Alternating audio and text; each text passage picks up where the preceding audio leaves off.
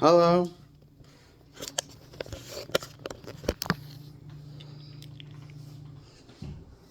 Wait, I'm going to change the level where the camera's at. Putting out a different camera.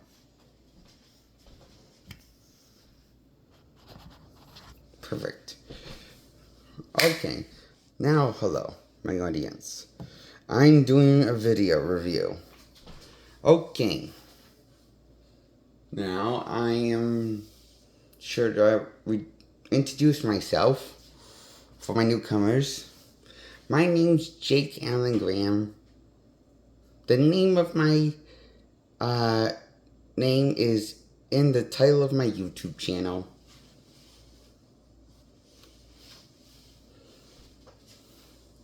For those who just watching this video with just subtitles, it doesn't understand me when I introduce my name often. So, I was explaining that to myself. I mean to you guys.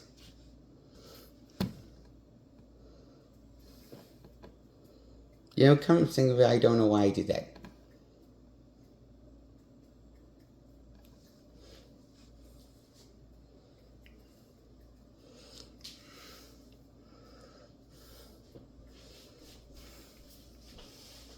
I think I want to sit down somehow. Hang on, I'll be back. Just give me a chair.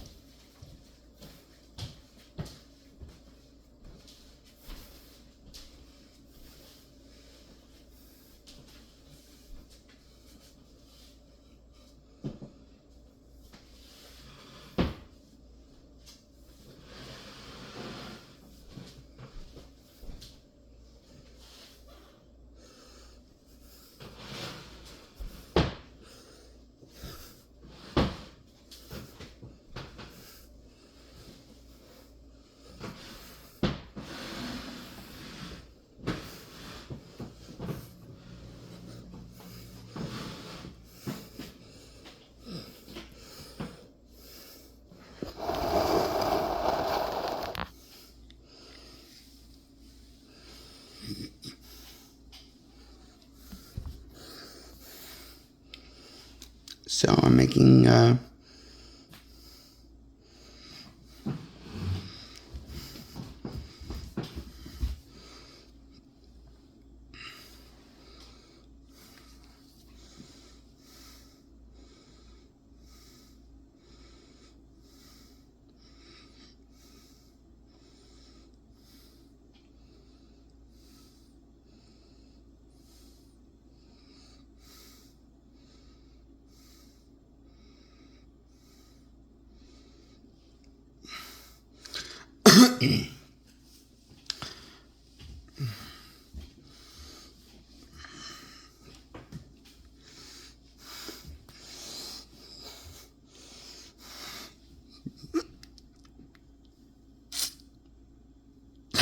okay. I remember what I was going to do a video on. Just now it hit me. Like a rock into my brain. To my brain, I mean. I just remembered. I'm reviewing the first 3 phases of the MCU known as the Marvel Cinematic Universe EARTH-616 adaptation of EARTH-616. And I'm going to do all these movies in this video. That would be Iron Man 2, Avengers Endgame. I mean, no, wait.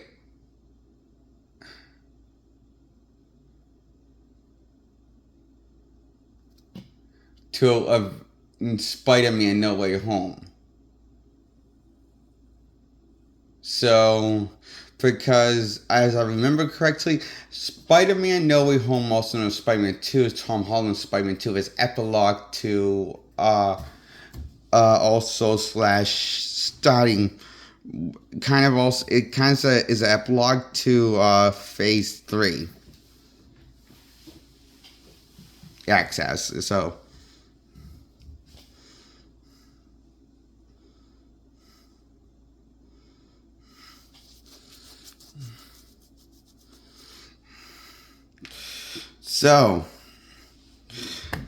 great news. I've lost it.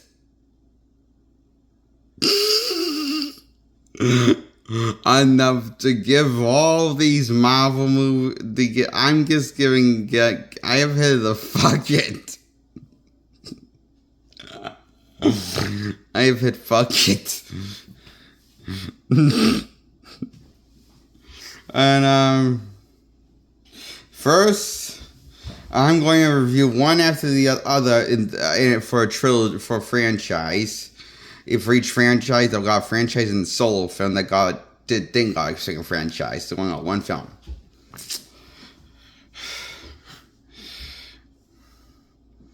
I'm going to give my first review of this franchise. I'm going to go with first one, Captain America: The First Avenger, which acts like as a prequel to the cinematic universe.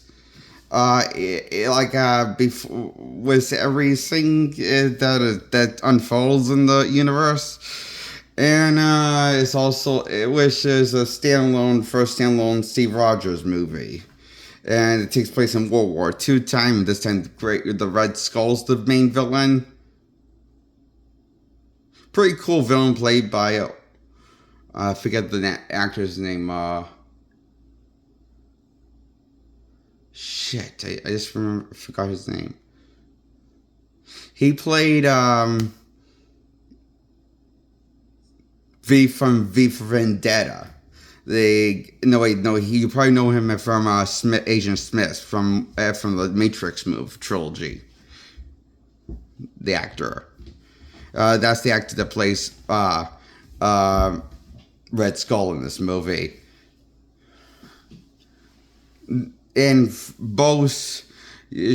many shots, you see him with his regular face and with a prosthetic face to make him look like the Red Skull from the actual comics. And my God, it looks incredible. The attention to detail looks beautiful. He was the best part of this movie, and the best designed character, and the best faithful character, and the best looking character in action, and best performing by actor, and just based on the design. Chris Evans was good and all else, Captain America, but Red Skull's like on another level of awesome of a character.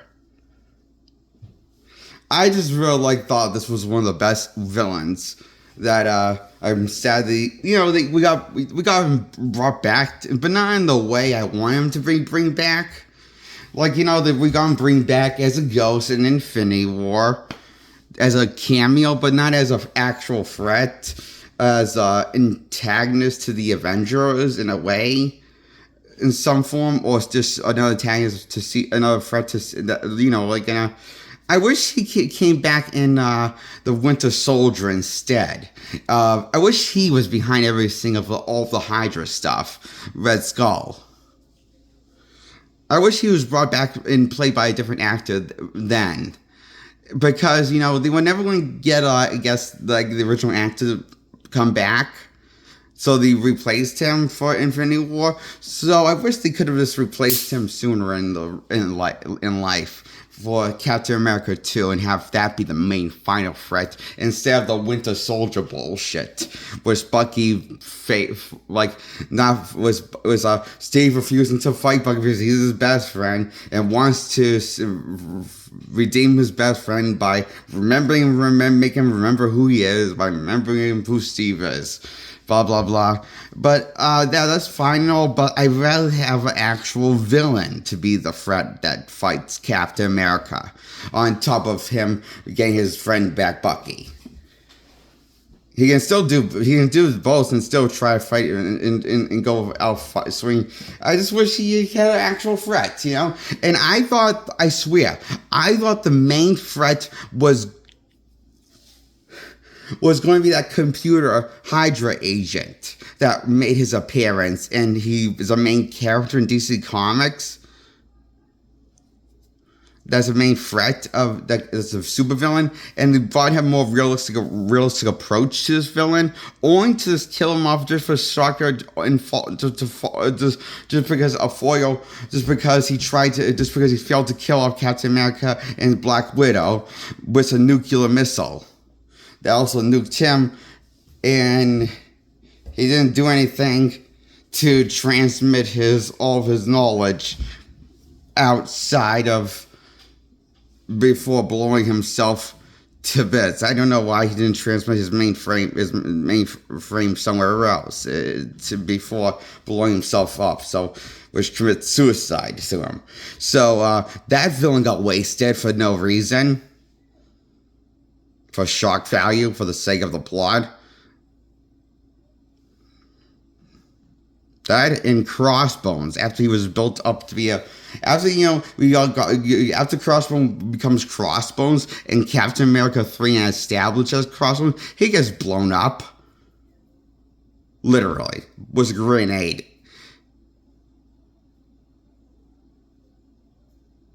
Failing to kill Captain America because Wanda Maximoff used her voodoo magic to save Steve and have it blow him up along with other people in the building because she had trouble containing the blast and making it out of civilians' harm's way. And in time, so because she's not strong enough to control her powers, but when we get to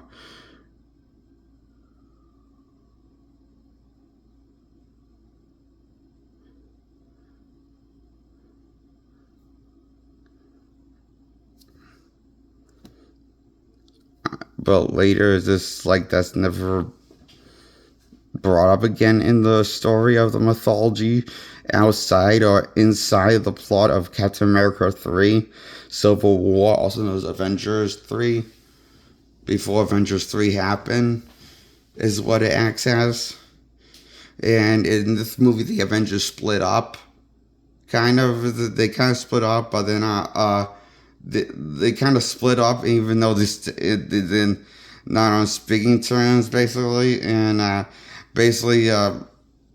the movie, at the end of the movie, they kind of make up, but not really. Sort of, kind of make up by getting a note by giving him a "I sorry" card and giving him his phone number and a cell phone for that to contact him if he needs help, whatever for any reason, you know. But yeah. So that doesn't ever use that phone. It's then getting used until Infinity War, the first part of Endgame, leading into Endgame.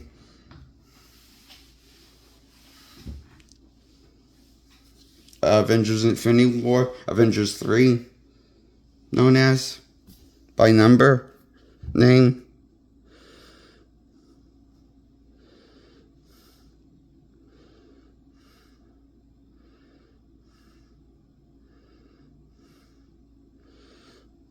I give the Captain America trilogy a 10 out of 10. All three Captain America films, I give a 10 out of 10.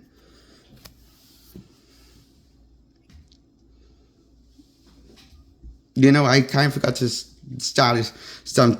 explain something before I started my analysis. I give all phases of Marvel, all three phases of Marvel, phase 1, 2, and phase 3 of their movie phases from their cinematic universe, all of them, a 10 out of 10, honestly. Even the ones that people hate, like Miss Marvel.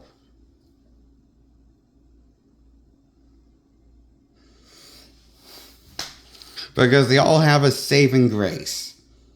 The saving grace is that they're part of a shared universe.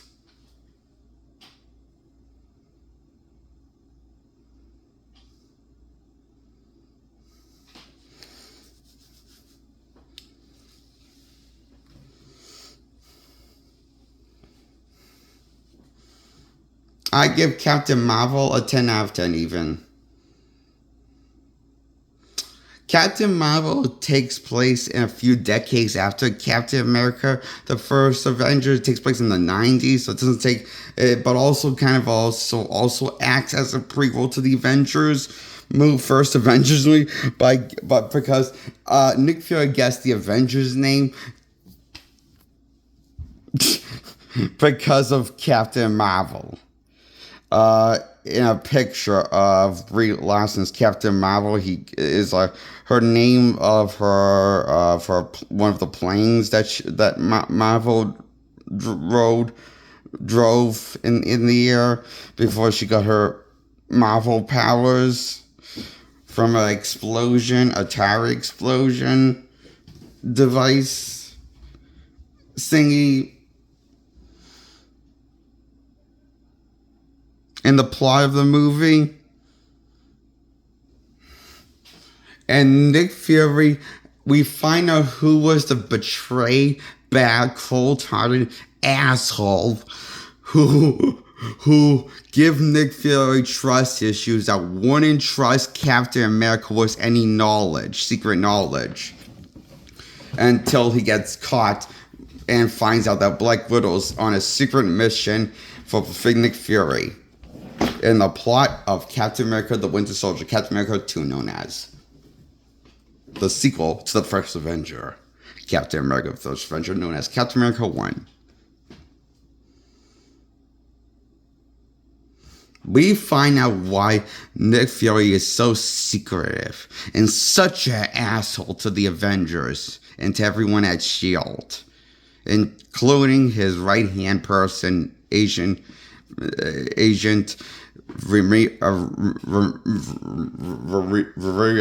Maria Hill. And that was established in the first two Avengers movies. Because some alien prick cat clawed his eye and gave him an infection. Now he has to wear a black eye patch, leather eye patch for the rest of his career. That bastard! Of course, it was a kitty cat. A disgusting freak of nature, alien kitty cat looking thing. I wish I was joking, but I'm not. That's what happens in the movie. Somehow it just makes sense in all this writing that I've seen. Right next to firing a potato gun at Tony Stark after you say you're going to shoot it at him. And then Tony Stark outsmarts you saying your ammo's empty. Or saying the gun doesn't work. Or saying, do you know that gun works? Or do you test it out? Basically, dupes the kid into firing the missile, the potato gun, in Iron Man 3. Plot of Iron Man 3. And which is also, for some reason, come to think of it, it's a little strange how nobody in the town that Iron Man ends up with, where Iron Man is a public figure, and Tony Stark and main protagonist, Iron Man, and Tony, Iron Man, is a public figure in the comics world of Iron Man 3. How come nobody recognizes Tony in the town he gets stranded in? It's still a town. They still have TV. They still have the news. So, and Tony's been established dead on the news. How come when he's in the bar, nobody recognizes him? I don't understand anything. The only one that recognized Tony in the town was the fucking kid. Was the potato gun, and he launches it at him after frightening him.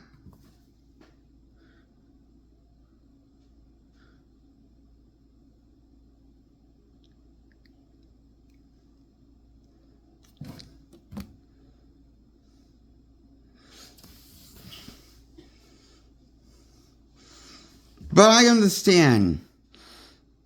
I'm not supposed to question the brilliant mad writing of Marvel's early glory days. Well, the glory days was a lot like the new days.